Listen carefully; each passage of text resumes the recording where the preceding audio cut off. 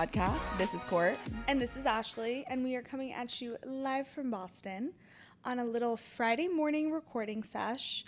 It's a very you can do both moment. Yes. Court was out at the concert last night. We'll get into the details, but I actually haven't even asked her about it off camera because I wanted the pod to experience it as well. How was Noah Khan last night?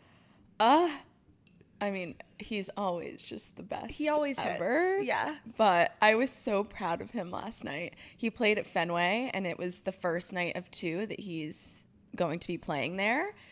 And he was just so magical and talented and humble, and he's just the best. He really is. And I hate to say it, but I am very much an OG fan. Like, I had been a fan of his since before he came out with this album that he went really viral with, and I've seen him in a concert, no joke, like 6 times. Yeah.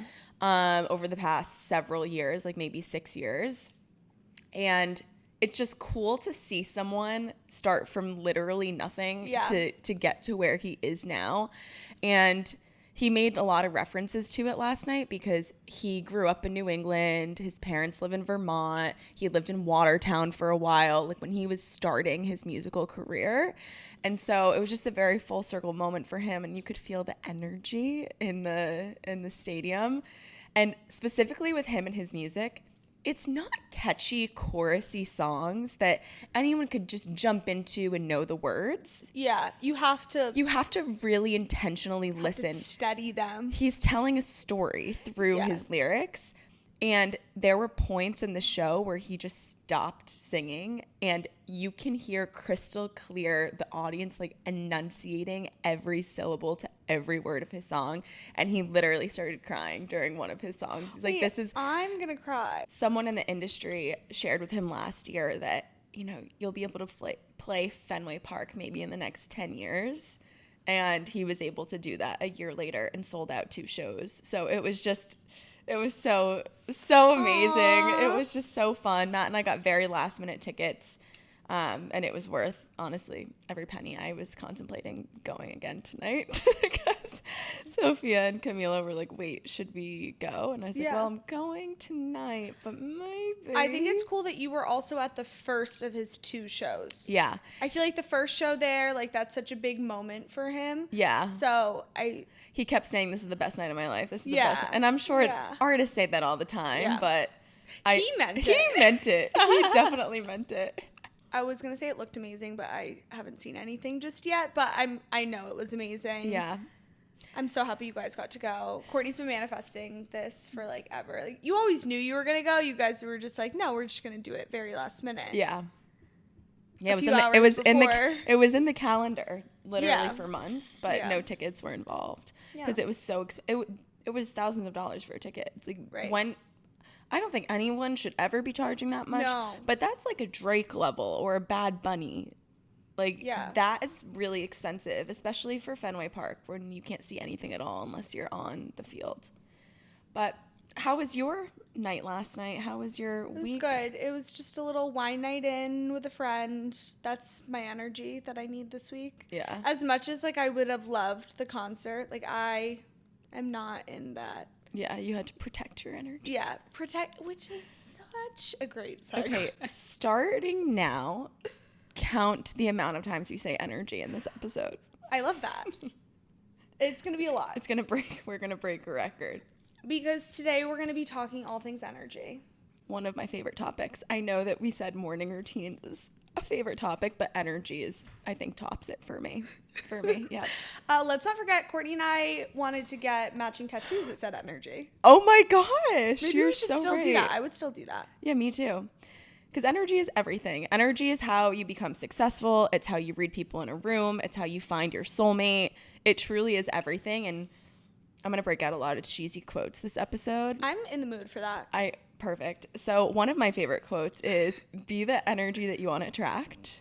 Okay? I love that. I have been dealing with this recently. Mm-hmm. So my energy has been low, kind of just not my best self. And I have been feeling low vibrations. Mm-hmm. And yesterday was the start of just like kind of a next chapter for me. I was like, all right, today is the start. I am going to change my energy, change my mood, change my attitude, and I'm viewing everything as an opportunity. I was feeling like a little bit of stress, like there was just a lot happening, specifically work-wise, but then also personal, and just trying to balance everything, but also make time for myself. Yeah. And I was getting overwhelmed, but I've now reframed this into being an opportunity and positivity. So I am trying to put out more positive energy. Yeah. So when more things come to me, I can view them in a positive light. And I think that goes to your quote of putting out the energy you want to attract. Yeah. I think this is really prevalent in dating too. Yes. If you come off as maybe insecure or not confident in yourself, you're probably not going to attract the most confident person in the room. And then I always bring back to, or this concept brings me back to when I found Matt, or when he found me, or I connected with someone really, really authentically. It was always during an era when I wasn't looking. I didn't have that scarcity mindset or like really, really eager to find a certain type of someone. It was always an era of me taking really good care of myself and me not needing anyone else, and having the mindset of I'm not going to entertain anyone else's energy unless it adds value to my own. And so it just works in your favor when you have been working on yourself and you're putting out an energy that like people are literally attracted to. Yeah, because when you're happy and you are feeling your best and your energy is up there, people gravitate towards it. Yeah. My favorite compliment I've ever received is you have an infectious energy that breaks up a room. There's nothing better. Who wants to be known for, you kind of suck the energy out of the room. Like, you got to figure your stuff out. Yeah. Energy drainers are the worst type of people. And people talk about it. Yeah. And people feel it. You don't even have to talk about it. You can give the look and you know. Exactly. We all know those people in our lives that you need to protect your own energy by setting up a boundary. Maybe someone you've been friends with forever. Maybe it's a family member, but it's someone who takes more from you than gives to you. And that's honestly the worst. It's like, who wants to be known for, I can only spend like an hour with this person, then I gotta get out so they don't impact the rest of my day, or like I can only take so much of them. No. Truly the worst. The catalyst for me wanting to change around my attitude of this whole thing was I was feeling like I was the energy drainer around other people. Like I would show up to functions and I would just simply be exhausted. And I'm like, I am not adding any value here. And I'm also draining myself even more. Yeah. Just by like forcing myself to go out and be there and like try to show up, but not showing up in the best way. Yeah. And I was like, the last thing I ever want to be is an energy drainer. Yeah. So that was a very big reflective moment. I'm like, here we go. We're going to restart, reframe, do all the things. Yeah. And I mean, I think awareness is the first step, obviously. But when you're around people that give you good energy, I think it just becomes infectious and you want to do that for other people. And it works both ways. So if you've experienced energy drainers and you're not feeling your best self and you're not bringing your best self, then I think it's smart of you to reevaluate and see how you can pivot and do something internally that makes you become that energy giver again. But everything is so circumstantial. It depends on the room that you're in. It depends who you're with. It depends on what's going on in your life, how stressed you are. And in my current position, it's so interesting work-wise because I work so closely with the founder of an extremely successful company and an angel investor, right? I think this has made me even more tuned with energy as a whole. Like when things are stressful, it radiates across the team. Yeah. If things are really exciting, it builds momentum with everyone else. And specifically with my company, if y'all have no idea, brief background, it's called Create and Cultivate. It's an events and media company. We put on retreats and large-scale events specifically for ambitious women that are looking to grow personally and professionally. So a lot of it is maybe conferences that help women with mind, body, and business. There's programming, there's education to help people level up and hit their milestone in their businesses. And my founder, who started this 12 years ago is someone that has been able to curate an energy in a room that people pay money to attend, to get into the right room with the right people that have good energy. Like, I don't want to say the business was built around energy, because I don't think that was the intent of it. Yeah. But it's so crazy. And outside of her, there's other people in my life that you can just see, like, they're going to be a successful human. They're doing good in this world. And those are the people that I would invest in or want to spend time with day in and day out. It's like, there's this one friend of mine, Cameron, in New York City. Mm-hmm. She's just so confident. She's so educated. She's so well put together. If she asked me to do anything, or like, hey, do you want to start a Zoom call once a week with like girls that are looking for a community in COVID? I'm like, yeah, immediately, yes. Whatever you want me to do, Cameron, I'm there for it. That was niche because it actually happened. Such a niche, random example. But it's like, when people radiate this amazing energy, it's easy for anyone to get behind them. As we start growing up in life, like, maybe your friend that has putting something great into the world starts a business. You want to immediately invest in that business because you believe in that person. Yeah. And so, as silly as the word energy may sound, it means so much. It means so much. What's your second quote? Don't adapt to the energy in the room, create the energy in the room. I think that's a nice reminder when you're going into whatever room, whether it's work, family, friends, what you put out can change the whole thing. Exactly. The attitude you bring in, how you carry yourself, the energy you bring in. Now I'm like so conscious of the energy, but the energy that you show up with can change an entire room. Yeah. And I think it's a good reminder that you don't have to be reliant on others. Yeah. You can change everything. Exactly. Which is really powerful. It is powerful. Yeah. But if you're low energy and you enter a room with low energy, you have to make that conscious decision of, do you want to change this around, or do you want to be low vibes? Yeah. And totally up to you, but I'm now in a sales role, so if this really applies here, like, I'll get on a call with someone and I make a determination. Do I want to match this person's energy? And if they look like they don't want to be here, or I don't know, they have a wall up for whatever reason, or do I want to come in and be super charismatic and make them remember the conversation? And I like to think I choose the latter, but yeah, it's very powerful. Like, you can decide how you want to be remembered by.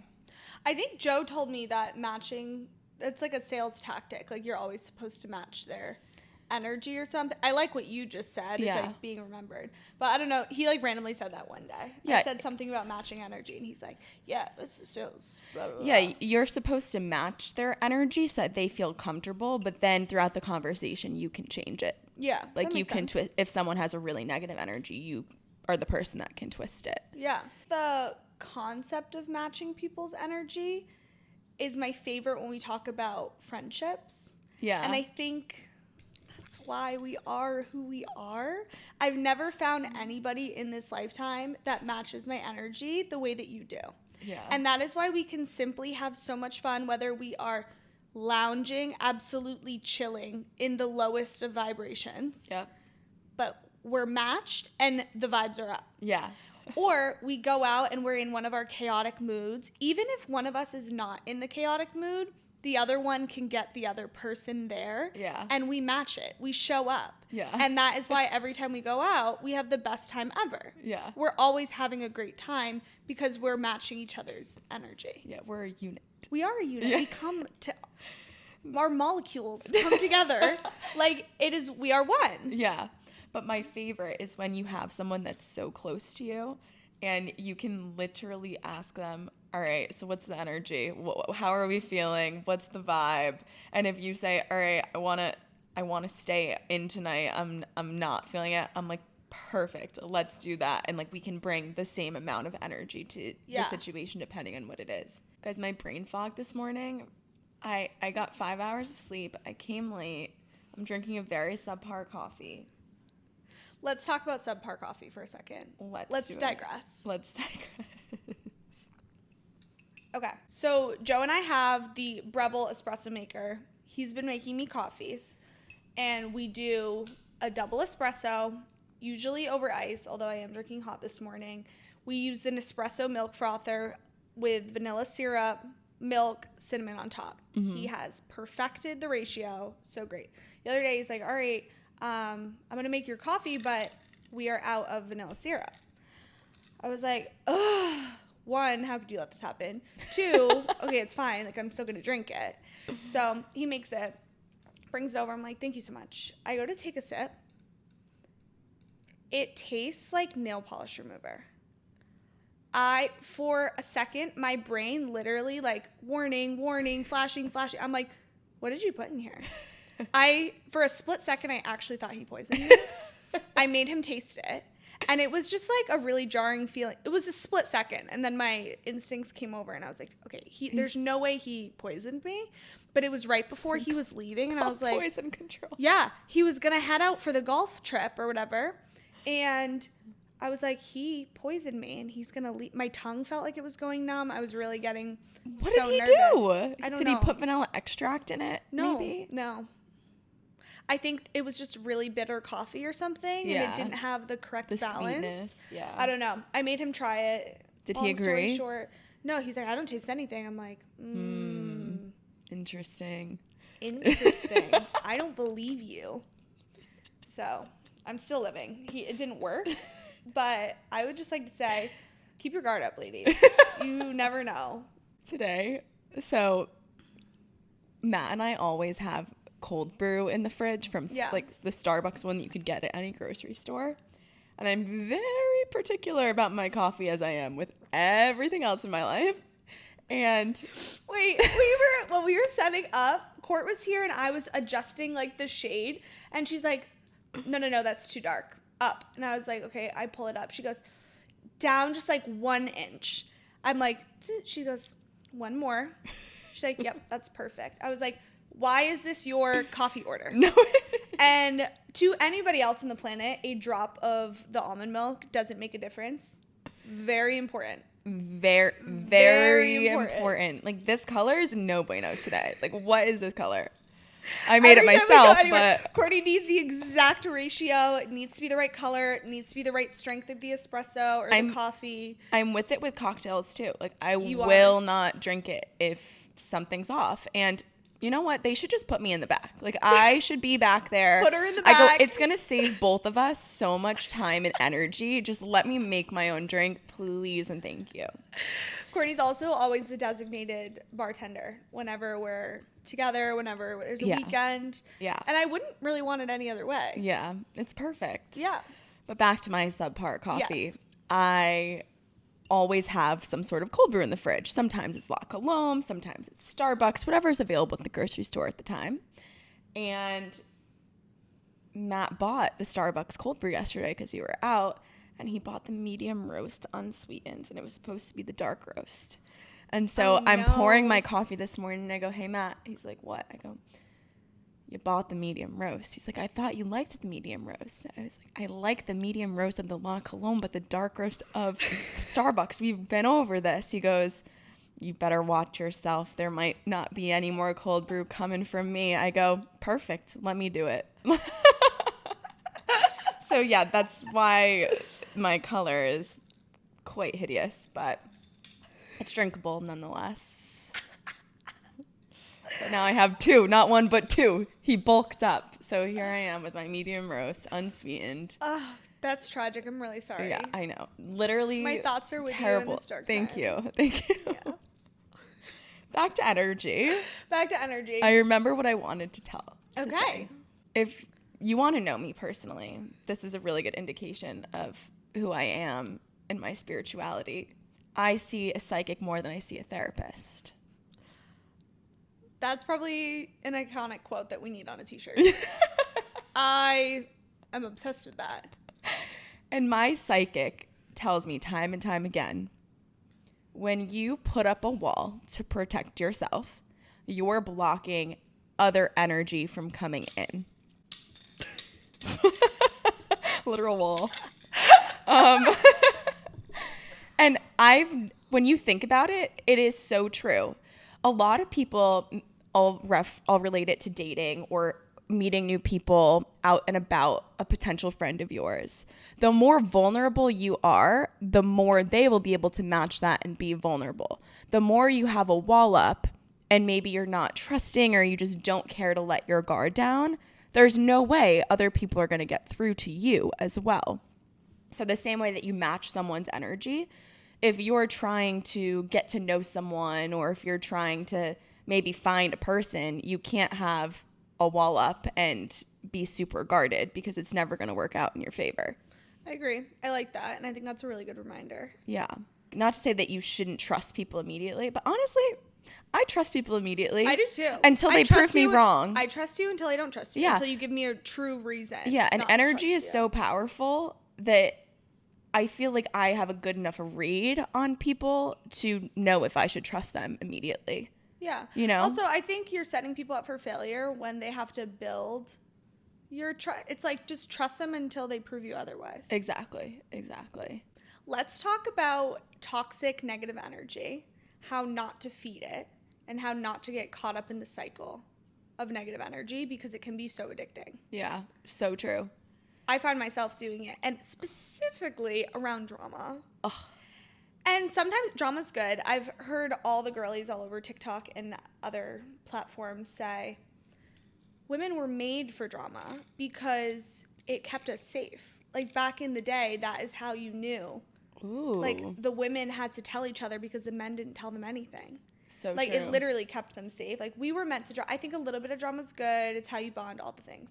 My favorite drama is drama that doesn't involve me. Absolutely. Drama honestly never involves me. Yeah, we're not dramatic. Well, there's a difference between drama and being dramatic. Totally. I am dramatic. Yeah. I would not say I'm involved in drama. No, not at all. Our lives are a bit too vanilla Stable. for that. Stable. Yeah, I like that. Similar to drama, how like people will repeat things over and over again. I feel like this can happen when you are hanging out a lot with somebody who has a glass half empty mindset. Yes. And they're constantly saying, oh, this isn't working out for me. Oh, yeah. Of course this would happen to me. That is the worst cycle to get caught up in. You drive, you're going to park somewhere. You can't find parking. Oh, of course I can't find parking. Like this always happens to me. Then you know what? You're putting that energy out there. Now you're going to get a ticket on top of that. And then you're going to come back and say, of course me, why me, poor little me. And then you just like keep going. That's the worst type of friend, one. But two, as their friend, it's easy for you to also hop on the complaint wagon. Yeah. Why do we do that? I feel like there has to be some psychology around it that it's fun to complain because I swear it is very difficult not to complain. Everybody loves to complain. Yeah. It's like almost a like trauma bonds people kind of thing. Yeah, it's like a bonding moment. Yeah, even on a Zoom call, like, it's raining today. Like the first thing people say. Yeah. It's like, why is that the go-to? I couldn't agree more. I want to literally praise the ground you walk on as you say that because truly my least favorite type of person. Yeah. And secondly, if you're comfortable enough with the person, actually, even if I'm not comfortable enough with the person, specifically in that parking situation, I'm like, no. Like, nip that in the bud. Now we're not going to find parking because of that. Like, hello, like, switch your mindset. This was Joe when we went to Felipe's. Oh, immediately, Matt and I were like, oh, duh, we're going to find parking. Got a parking spot right outside. Yep. And it's the reason I'm not going to get a parking ticket today or Absolutely. a towing situation today because I'm parked very illegally. But I told myself, not today, Satan. No way. There's no. I do too much good into the world to receive that in return. Absolutely. You know. Yep. So I think the first step here is what you need to be aware of if your friend is doing this, and if you're close to them, I would literally.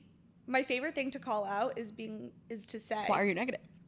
Why are you being so negative right now? Like, turn the attitude around. And I give them the whole spiel about their energy and how they're only going to attract more negative things if they keep it up. And if you are not comfortable with like saying that with whoever you're with, don't answer. Like, don't react. Don't give them any praise. Yeah. How embarrassing would it be like, oh, like, I just have the worst luck. silence. Bitch, I don't want bad luck, so get away from me. Exactly. Like, don't ask, why, what happened? Oh my God, I know. Like, I hate when these things happen. Because then you go back and forth. Yeah. And you're building up the bad. Yeah. And there's no good. So I feel like when you identify those people, one, just get them out of your life. Because oftentimes they can't change. But two, don't even respond. No. And I think in being a friend, like, I guess we're talking about toxic people in general. Yeah. But there are also times when friends go through toxic situations and, like, they deserve to complain and you want to be a good friend, so you entertain it. And that is 100% okay. Honestly, encouraged. Like, one of our friends is actually going through a breakup right now, and this is something that we've never really experienced. Yeah. At this stage in our life, at least. Yeah. And so it's like, great. We listened to all of the things. We contributed to the conversation, like, to make everybody feel better in the situation. And now it's like, all right, moving forward, we're done. We're done talking about it. We're done dwelling over it. We've chatted and kind of talked through all of the emotions. And now it's time to reframe the situation as a positive and move forward. Otherwise, you're just going to get stuck in that cyclical thought pattern. Yeah. And it's going to be draining to be around, like, the person if it continues, you know? Yeah, absolutely. It's just not going to end up and good draining for you. For the person. Exactly. It's so hard for people that get caught up in this cycle, specifically with men, because they're just the worst. But that can be such an addictive circle that is so unproductive, and nothing changes, nothing happens. You just continue to feel in this stale state, and you're not being able to move on. Yep. So that can be really hard. And it's so hard being on the outside looking in. You're like, oh, just stop. When you're in it, like, I do forget what that feels like. Yeah. It's so hard when you're in it. And oftentimes, no matter what anybody says to you, you have to figure it out on your own. Totally. You have to one day wake up and be like, oh, I'm in this toxic negative energy cycle. I got to get out on my own. Yeah. So, yeah, as a friend, sometimes you just have to be along for the toxicity until it turns around. Exactly. Okay, if you were listening to this episode and you're thinking, oh yeah, I know exactly the type of toxic people that they're referring to, or you're questioning whether or not you have someone in your life that's more draining than they are giving, this is the question you need to ask yourself. Are you proud to be this person's friend and be associated with them? You also need to ask yourself, how am I feeling being around this person? If I leave the person and I'm like, oh, so grateful to be out of there, or like can't see them for another week, month, etc., I think that's when you should evaluate. And maybe you don't need to cut someone out of your life entirely, but you need to know if you're going to feel good or bad from the situation, monitor how much time you spend with them, because toxicity and negative energy is contagious as much as infectious energy is. I was going to say this applies on the opposite side as well. When you find somebody who, when you leave a social interaction with them, you're like, wow, like, I feel so good about myself, reach out to them again. Yeah. Like, see them more. Those are the people you want to keep close to you. And ideally, your circle is a bunch of energy givers. Yeah. And they build you up. And you can do the same for them. Exactly. That's how it should be. Yeah, you're just overflowing the cups back and forth. It's so beautiful. Life is too short. Life is too precious. We're on a floating rock. We're here to have fun. Yeah. We're here for a short while. Make the most of it and be surrounded by people that fuel you. That is truly a reminder I need every day. Yeah, and motivate you too. Yeah. I think we can close out this episode with how we're elevating our own energy. Let's just throw some things out there that we've been doing, things we've seen, enjoyed recently that have just lifted our vibrations. Mm-hmm. First thing for me is post-work plans, but not too many post-work plans that overwhelm me. I've noticed that it's very easy for me to basically not cut off my workday unless I have a real reason to. Mm-hmm. And sometimes I feel guilty because I'm like, oh, there's always more to do in my work situation right now. But nothing fuels me more and gets me more excited to live life than to live the life outside of work that we should be having. So I would say post-work plans, but sprinkle in some low vibration plans, some chilling on a couch, a wine night with a close friend, maybe sprinkle in a summer concert or something a bit more high vibration. But that's been really making sure I have good energy throughout my weeks. Yeah, I like that. I was going to say more recently, I've been loving a glass of wine, period. I missed wine. I went through a couple months this spring and early summer where we forgot about wine and how amazing it is. Yeah. So just a nice glass of, honestly, rosé. Court brought up a delicious rosé. But also a glass of red wine, even in the summer, it's just hitting. But then you pair that with some girly pops and you're just sitting on a couch, chit-chatting.